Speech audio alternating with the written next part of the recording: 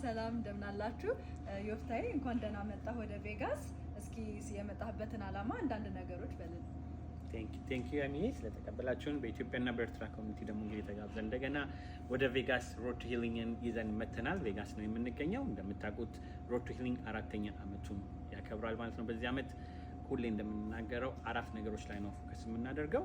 የመጀመሪያው አውቲዝም ላይ ነው። እስኪ ስለ አውቲዝም ምን እንደምንወያይ ያሚ ትነግረናለች። አዎ እንግዲህ ስለ አውቲዝም ትልቅ ዲስከሽን ይኖረናል። በተለይ በሰሞኑ እየተወራ ባለው በታይለኖል እና በቫክሲን ሰሞኑን እየወጡ ባሉ ሬጉሌሽኖች ብዙ አይነት ዲስከሽን ይኖረናል እና ስለ አክሴፕታንስ እና ስለ አዌርነስም በጣም ብዙ የምንወያይ አይነት ይሆናል። ስለ ትራማ እና ሂሊንግ ደግሞ ትንሽ ለመጨመር ያለችው ላይ አውቲዝም ላይ በእኛ ህብረተሰብ ውስጥ አክሰፕታንሱ በጣም ወደ ኋላ ነው። አዌርነሱም ጥሩ እየመጣ ነው። ግን ብዙ ቤተሰቦች በአሁኑ ሰዓት ላይ ልጆቻቸውን ወደ ቤተክርስቲያን፣ ወደ እምነት ተቋማት፣ ወደ መስጊድ ይዘው ስለማይሄዱ ያንንስ በምን አይነት መንገድ የምናፍርበት ልጆቻችን ጥፋት ሳይሆኑ እርግማን ሳይሆኑ በስርዓቱ ተቀብለን አክሰፕት አድርገን ኤርሊ ኢንተርቬንሽን ልጆቻችን ካገኙ በብዙ ነገር መስተካከል የሚቻል ነገሮች ስላሉ ይሄንን አብረን እንስራ፣ አብረን እንማር። እንግዲህ ከባለሙያዎች ጋር እንማራለን፣ አብረንም ከወላጆች ጋር እንወያያለን ማለት ነው። በሁለተኛው ደግሞ ስለ ትራማ ኤንድ ሂሊንግ የምናወራው አለ።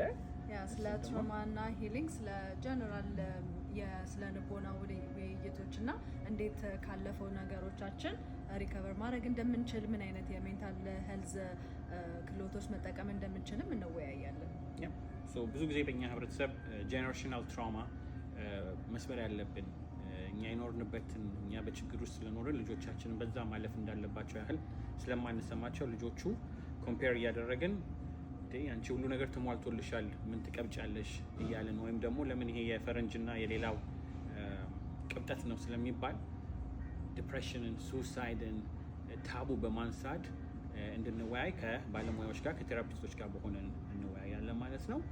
በሶስተኛ ደረጃ ሁሌ እንደምናደርገው ደግሞ ኮንሽንስ ፓረንቲንግ ላይ እንወያያለን። እሱስ ምን ያጠቃልላል? አንቺም አዲስ እናት ብትሆኚ። አዲስ እናት ብሆንም እስቲ እኔ ከአረኳቸው ኤክስፔሪየንሶች አንጻር ያደረኳቸው ነገሮች ስለ ልጆች ያው ከእናንተም ነው ትምህርት ብወስድም ግን እኔም ደግሞ ለራሴ የሰሩልኝን ነገሮች አብሬ ማጋራ ይሆናል ማለት ነው።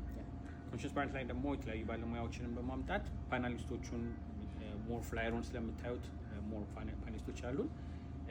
አባትነት ምን ማለት ነው? እናትነት ምን ማለት ነው? አብሮ ማደግ ምን ማለት ነው? ልጅን ይቅርታ መጠየቅ እንችላለን አንችልም?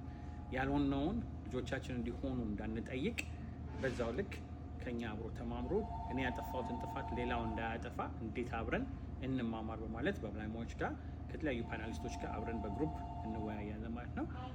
በመጨረሻ ደግሞ የዩዝ ፓናል ዩዝ ቮይስ የምንለው ደግሞ ሲኖራል። ደግሞ የወጣቶች ውስጥ ምንድን ነው? ከአሁን በፊትም ያየሻቸው ላይ ምን አይተሻል?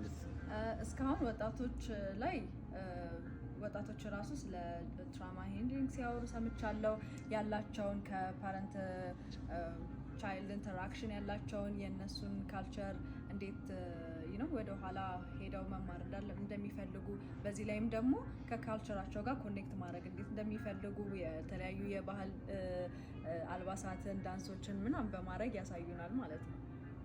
እና እንደምታውቁት ወጣቶቹ ብዙ ጊዜ እያደጉ ከ18 በላይ ሲበልጡ ከካልቸር ከሃይማኖት እየሸሹ እየጠፉ የሚሄዱበት ደረጃ ደርሰናል። እና ለምን እኔ ብዙ ጊዜ አሁን እስር ቤት ሪሃብ ሴንተር እየሄድኩኝ የማያቸው ብዙ ልጆች አሉ።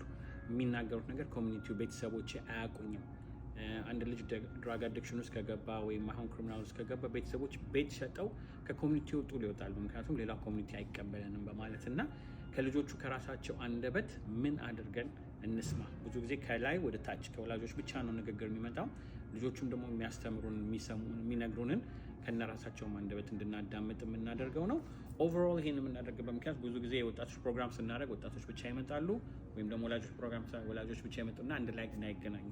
ይሄ ፓናል ግን እንደምታዩ ሁሌም ስለተሳተፍሽበት አብረው ተሳትፈው አብረው ተነጋግረው ኪዩኤንኤ ይኖረናል። መታችሁ ሐሙስ እንዳትቀሩ። ሐሙስ ኦክቶበር 16 ላይ በ4230 ሳውዝ ዲኬተር ብሉቫርድ ላይ ትልቅ ኢቨንት ይኖረናል። እንዳትቀሩ። ሐሙስ ኦክቶበር 16 መግቢያ ነፃ ነው።